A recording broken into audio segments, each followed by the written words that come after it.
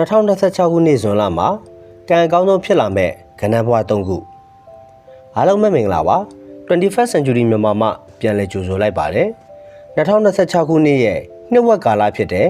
ဇွန်လကိုရောက်ရှိလို့လာခဲ့ပါပြီကဏ္ဍပေတင်တွက်ချက်မှုတွေအရ2026ခုနှစ်ဟာတစ်ကဏ္ဍနှစ်ဖြစ်ပြီးဇွန်လကတော့6လပိုင်းဖြစ်ပါတယ်ဒါကြောင့်1နဲ့6ကိုပေါင်းလိုက်တဲ့အခါဇွန်လဟာ Universal Month 7နံပါတ်9ကဏ္ဍလွှမ်းမိုးသောလဖြစ်လာပါတယ်9ကဏ္ဍရဲ့စွမ်းရည်ဟာအလိုလိုသိစိတ်လို့ခေါ်တဲ့ intuition ကိုမြင်မာစေပြီးမမျှော်လင့်ထားတဲ့အပြောင်းလဲတွေနဲ့အတူထူးခြားတဲ့ကံကောင်းခြင်းတွေကိုယူဆောင်လာလိမ့်ရှိပါတယ်ဒီလိုလှုပ်ဝက်စမ်းကြဲတဲ့စွမ်းရည်နေကြမှာလုပ်ငန်းငွေကြေးကျန်းမာရေးနဲ့အခြေရေးမှာအဟံအတားတွေအကုန်ကင်းစင်ပြီးတဟုန်တိုးကံကောင်းလာမဲ့တော်3ကဏ္ဍဘွားတွေရှိလို့နေပါတယ်ကိုယ့်ရဲ့ကဏ္ဍဘွားရောဒီလက်ကြီးလက်ထဲမှာပါနေမလားဆိုတာကိုဗီဒီယိုလေးကိုအဆုံးထိကြည့်ပေးဖို့ဖိတ်ခေါ်လိုက်ပါတယ်ပထမဆုံးကံကောင်းဆုံးကဏ္ဍကတော့လတလရဲ့1ရက်နေ့10ရက်နေ့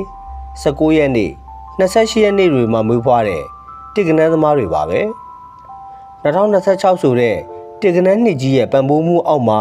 ရှိနေတဲ့တင့်အတွက်ဒီဇွန်လဟာအခွင့်အရေးသစ်တွေကိုရဲရဲဝံ့ဝံ့စုပ်ကိုင်ရမယ့်အချိန်ကာလပဲဖြစ်ပါတယ်လုပ်ငန်းခွင်မှာတင့်ရဲ့ဥဆောင်နိုင်စွမ်းကိုအထက်လူကြီးတွေကအတိအမှတ်ပြုလာပါမယ် project အသစ်တွေစတင်ဖို့ယာထူးတိုးဖို့အလွန်ကောင်းပါတယ်စီးပွားရေးနဲ့ငွေကြေးဝင်ငွေလမ်းကြောင်းခိုင်မာတည်ငြိမ်ပါတယ်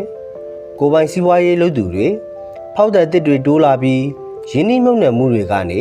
အကျိုးအမြတ်တွေရရှိလာနိုင်ပါတယ်အခြေရေးကိုယ့်ရဲ့ယုံကြည်မှုရှိတဲ့ဇယိုက်ကြောင့်စန့်ကျင်မဲ့လိန်တွေရဲ့စိတ်ဝင်စားမှုကိုအထူးရရှိပါမယ်အိမ်အောင်တွေကတော့အိမ်အောင်ဘက်အပေါ်နားလည်မှုပို့ပေးဖို့လိုအပ်ပါတယ်ကျမ်းမာရေးစွမ်းရည်နေပြေဝနေပေမဲ့အလုတ်အရန်လုံးမိပြီးခေါင်းကိုက်တာမျက်စိညောင်းတာတွေဖြစ်တတ်လို့အနားယူပေးပါကံကောင်းစေရန်အထောက်အကူပြုမိအရာများနဲ့ဆောင်ရံများဆောင်ရံကတော့ကိုယ့်ရဲ့ idea တွေကိုရဲရဲဝံ့ဝံ့ထုတ်ပြောပါအခွင့်အရေးကိုလက်ဦးမှုရယူပါရှောင်ရံကတော့ဒီယူဒနာမျိုးသူတစ်ပါးအကြံဉာဏ်ကို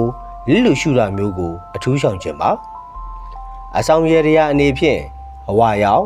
ရွှေရောင်ဝတ်စားများကိုဝတ်ဆင်ပါဗရင်များသို့မဟုတ်အနီရောင်ကြောက်မြတ်လေးများကိုစောင့်ထားခြင်းအပြင်တင့်ရဲ့ငွေကြေးကံကိုပုံမခိုင်မာစေပါလိမ့်မယ်ဒုတိယမြောက်ကံအကောင်းဆုံးကဏ္ဍကတော့လတလရဲ့9ရက်နေ့14ရက်နေ့23ရက်နေ့တွေမှာမွေးဖွားတဲ့ငါးကဏ္ဍသမားတွေပဲဖြစ်ပါတယ်ငါးကဏ္ဍရဲ့လွတ်လပ်မှုစွမ်းရည်နဲ့ဇွန်လရဲ့9ကဏ္ဍအပြောင်းလဲစွမ်းရည်တို့ပေါင်းစုံသွားတဲ့အခါမှာတော့တင့်အတွက်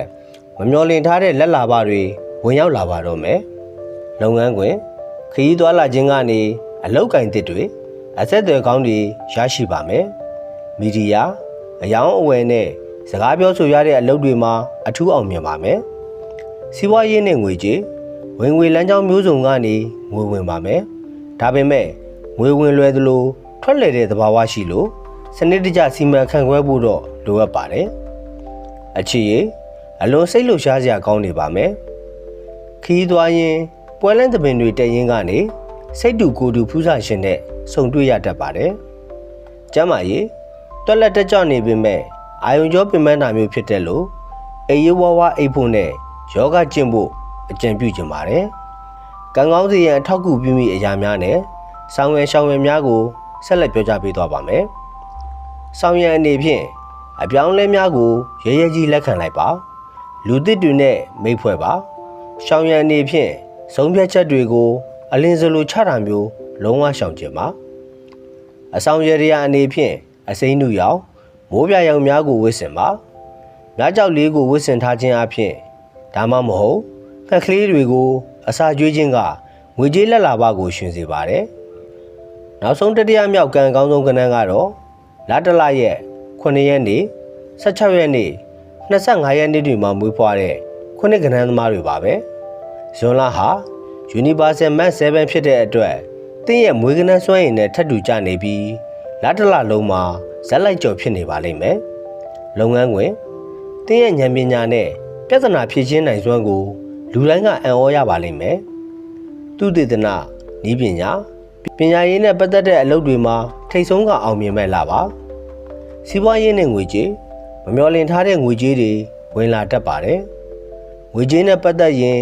ကိုယ့်ရဲ့အလိုလိုသိစိတ်ကအလွန်မှန်ကန်နေလို့ကိုယုံကြည်တဲ့အတိုင်းရင်းနှီးမြှုပ်နှံမှုတွေကိုလုပ်နိုင်ပါတယ်။အခြေရေးမှာနှက်ချိုင်းတဲ့နားလည်မှုမျိုးရရှိပါမယ်။ဟန်ဆောင်မှုကင်းတဲ့ကိုယ့်ရဲ့စိတ်ဝိညာဉ်နဲ့